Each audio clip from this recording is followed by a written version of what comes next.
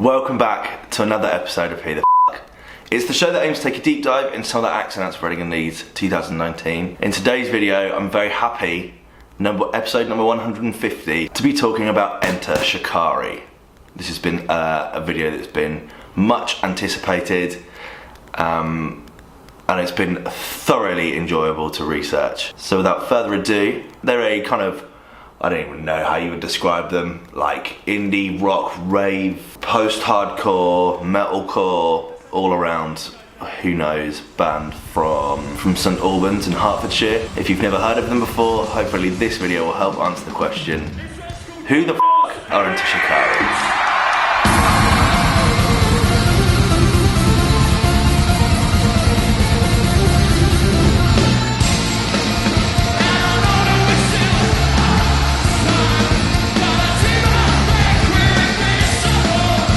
Chris, Rob, Rory and Rao are the four members that make up Enter Shikari. They're from St Albans in Hertfordshire, just kind of northwest of London. Genre-wise, I've got this from their Wikipedia page because I just have no idea how to describe them. Post-hardcore, electronic rock, alternative rock, electronic core, metalcore, brackets early. I'd definitely add rave to that as well. There's such a huge electronic rave influence. They're without a doubt a rock band. You know, they take influence, in my opinion, they take influence from bands like Metallica,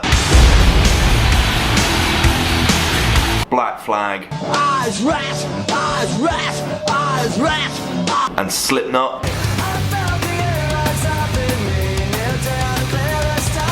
But they also have this kind of post-punk kind of sound to them as well, which reminds me of kind of more of the electronic sounds of people like Block Party.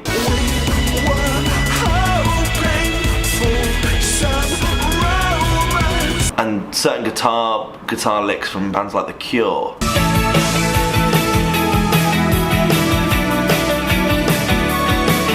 There are massive rave influences definitely from people like Noisia and The Prodigy.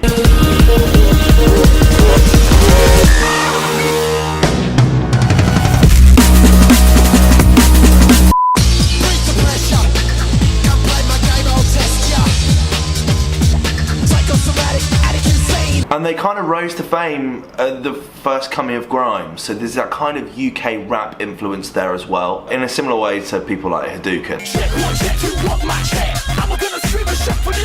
But trying to compare them to anyone is actually impossible. They are perhaps one of the most unique bands in the world. They formed in 1999 under the band name Hybrid. Under this outfit, they would self-release their debut EP, Commit No Nuisance, in 2002, which would feature tracks Perfect Pygmalion.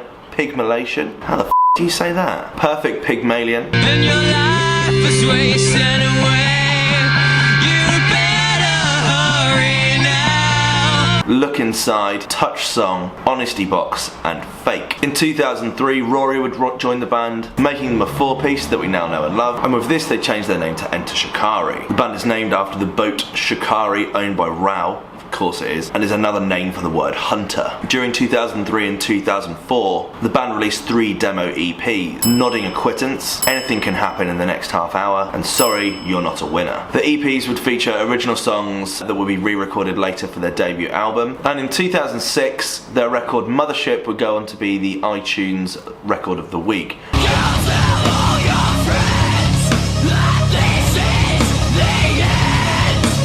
I think that was the free record of the week, back when you used to have to pay for music. That seems like a decade ago. The first physical single featured a re-recording of the track Sorry You're Not a Winner. Sorry you're not a winner, the air so cold and the mind so bitter. What have you done? The B-side, OK Time for Plan B. These both have been released previously on demo EPs.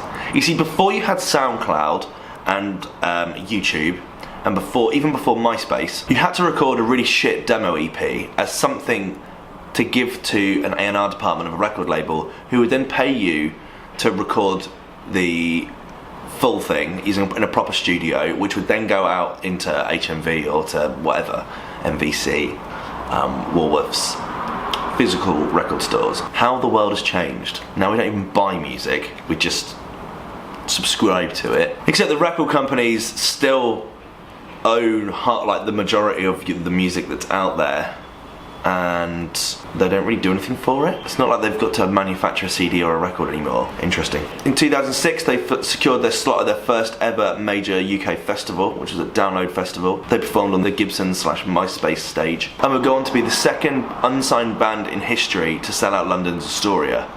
The first was The Darkness. They would go on to release their debut album in 2007, entitled Take to the Skies. In 2007, they would play a lot more major UK festivals, including Reading and Leeds, Glastonbury, Oxygen, Give It a Name and Download, and claimed that at this point they'd played over 500 gigs. In 2009, the Enemy confirmed that Enter Shikari had finished work on their second album, Common Dreads. In April of 2009, Zane Lowe would make Juggernauts the hottest record in the world on his BBC Radio 1 show. And I know that we still got time, but the track wouldn't get released until June. I forgot that that's what used to happen. Rather than it's played on the radio, it comes out now, you used to hear it and have to wait 6 months. Pendulum did that. That was awful. Remember they released Blood Sugar in the clubs like 2-3 years before it came out? God, I don't miss that about the music industry at all. They would also then go play Juggernauts as a session for Zayn.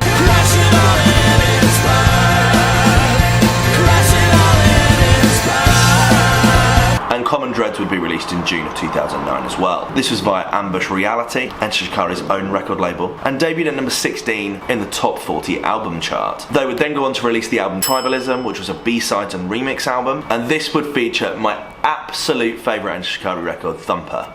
Hey Siri, play Thumper. Okay, let's hear Thumper by Enter Shikari. Hey Siri, set volume to 100%. That's very loud. Are you sure? Yes.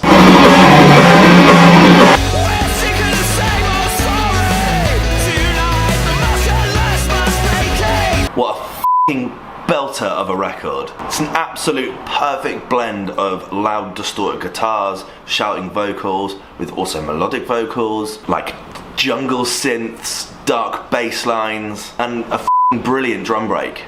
What a f***ing corker of a record. In 2010 they were going to play Warriors Dance Festival, a one-day festival of bands that were celebrated for not being able to be put in a box, headlined by and curated by the formidable Prodigy, but were joined by artists Chase and Status, Pendulum, and Does It Offend You? Yeah. I'm gutted I didn't go to that. My mate went and she said it was bloody brilliant. God, I wish I went to that day. In mid-2010 they released the record Destabilized. You can't stay lost, you can't stay lost, you can't destabilize the brain or life alive, which was initially intended to be re-released separate to any album. In June 2011 they announced they were signed to Hopeless Records in America and embarked on the Vans Warped Tour for a second year. We spoke about Hopeless Records in the Milk Teeth video and the Stand Atlantic video. Other artists signed to Hopeless Records include Sum 41, Neck Deep, Newfound Glory, Taking Back Sunday, Trash Boat, and The Used. They're an independent record label based out of Van Nuys in California, so we salute you. In mid-2011 they released another one-off single entitled Cool Surprise. We're so fucking adaptable, controvertible, ducking and weaving from the truth. Before releasing the first singles of their new album, Snake Pit. We're nice guys until we're not.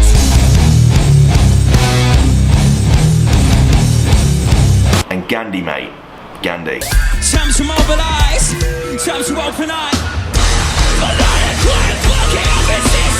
In September and December respectively. This would be featured on their third album, A Flash of Colour, which will come out in January of 2012, and later that year would scoop up the Best Live Band, along with Raoul winning the Hero of the Year award at the 2012 Kerrang Awards. In 2013 they released an EP called The Rat Race, which would feature the record Paddington Frisk. The EP would also feature the record Radiate and Rat Race, along with the Shikari Sound System remix of Radiate, the first of its kind.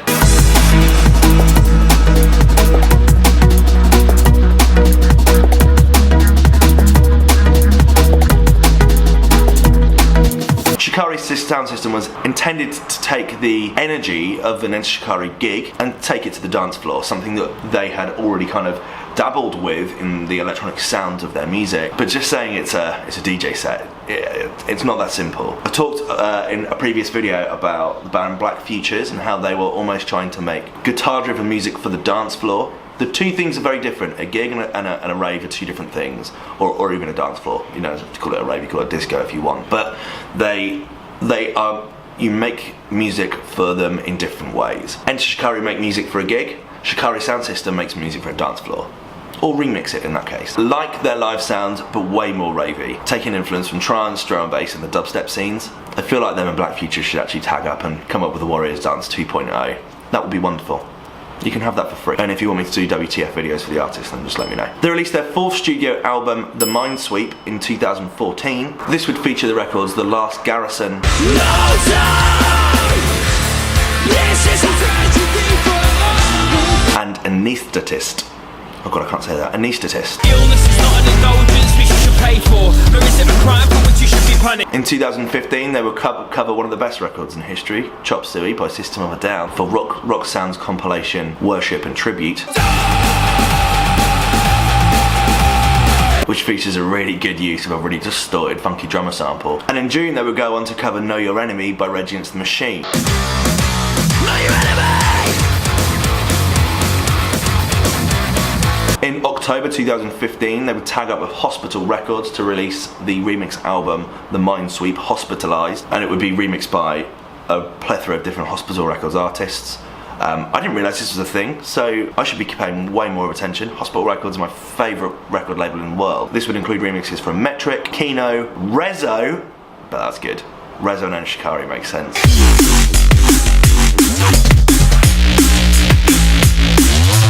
Spy, Danny Bird and London Electricity. They were going to release their fifth album, The Spark, in 2017. This would feature the record Live Outside. I wanna live outside of all of this. It's a pretty different departure from the standard Enter Shikari sound. Not that they have a standard sound, but for me it has way more of a kind of Joy Division / The Cure influence, especially with the guitars, but I think it works really, really well. I've listened to loads this week. And we'll go on a world tour in the UK, Japan, Europe and North America. All in all, their music is, I'm a sounds guy, so I love the production of an album. I struggle to listen to lyrics. My girlfriend loves listening to lyrics, so we have a really interesting conversation about music in that regard. But their music is very political and very deep. No wonder it's not signed to a major record label. This wouldn't work on a major record label.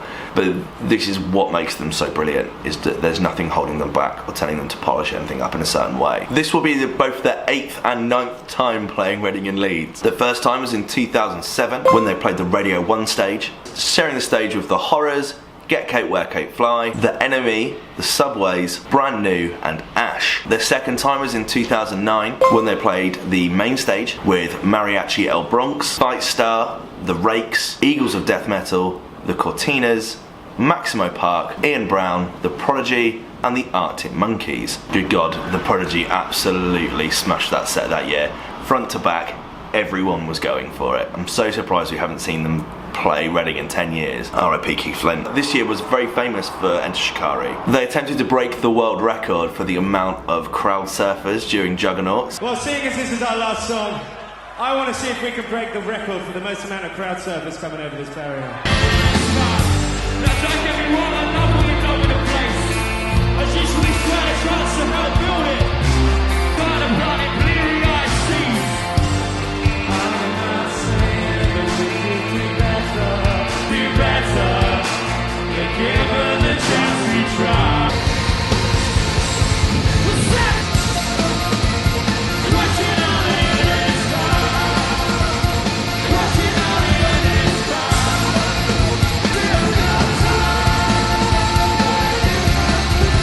Let's have a huge round of applause for the security. We've been in Shikari. And it was absolutely insane. Not that I was there, I was in town trying to get a McDonald's. Next was in 2010 when they sub-headlined the Radio 1 stage, playing before Pendulum. Other artists include Crystal Castles, Serge Tankin of System of a Down, Frank Turner, Kids in Glass House, Hadouken, 303, forgot about them, Band of Skulls and Everything Everything. Their fourth time was in 2011, perhaps my favourite year at Reading, when again they took to the main stage. They played the Sunday with Muse, Elbow, Interpol, Friendly Fires, The View, Frank Turner and Taking Back Sunday. This year they decided that they wanted to, rather than like break the world record, they just said, we want everyone to pick every cup from around you and just throw it in the air on the drop.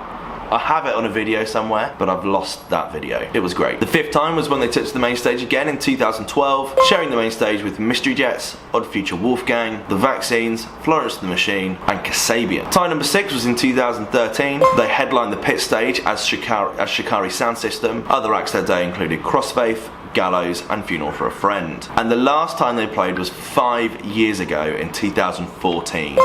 5 years! They played the main stage with Queens of the Stone Age, who headlined Reading, and Paramore, who headlined Leeds. They flipped it round for each festival. Vampire Weekend, Jimmy Eat World, and Crossfaith. This year, they're back to play both the pit and the main stage on the Sunday at Reading, Friday at Leeds. They're playing the main stage in the middle of the day, in between Mayday Parade and Lil Uzi Vert, and then they're going off to headline the pit, supported by Fiddler. In an interview with Rock Sound, they confirmed that both sets will feature completely different records. Think of it as a part 1 and part 2. Part 1, the main stage, will be their kind of classic set. It's one for the broader audience. Part 2 is for the heads. If Enter Shikari are your favourite band, that second set is going to be really something special. And then in terms of the rest of the summer, I'm really excited to see you guys again at Reading and Leeds. You got the main stage set. Well, they're going to be completely different sets. There's not going to be the same song in either set. Amazing. So yeah, other than they're going to be completely different from each other, I don't really know what to say without giving too much away and saying actually what is in each. I think the main stage set is kind of going to be more for the wider audience, something for everyone.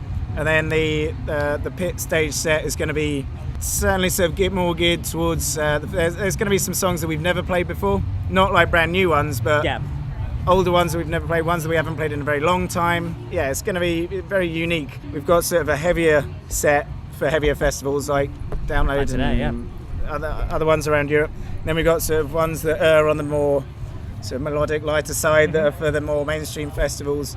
And then we've got a third set, which is purely for the pit stage at Reading and Leeds. Okay, that was without a doubt the longest previous history feature I've ever written for a band.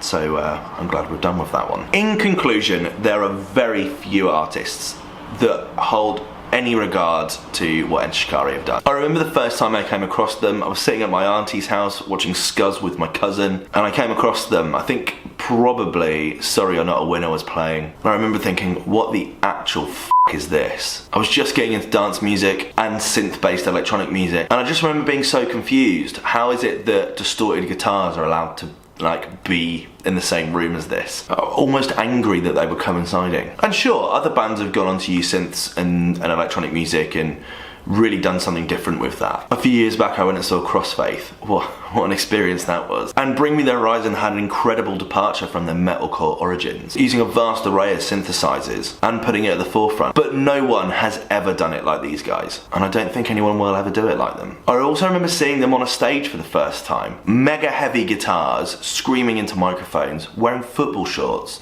You know, they weren't covered in tattoos, wearing all black leather and denim. Not one of them has long hair. They just look like a group of lads that were trying to make something different. They're not trying to be uber edgy, and they're not trying to do anything that's fitting into like a trend. They're so unique. They just look like a big group of friends. Same original group, just looking to push the boundary and challenge the status quo. And on top of that, they've done it all independently.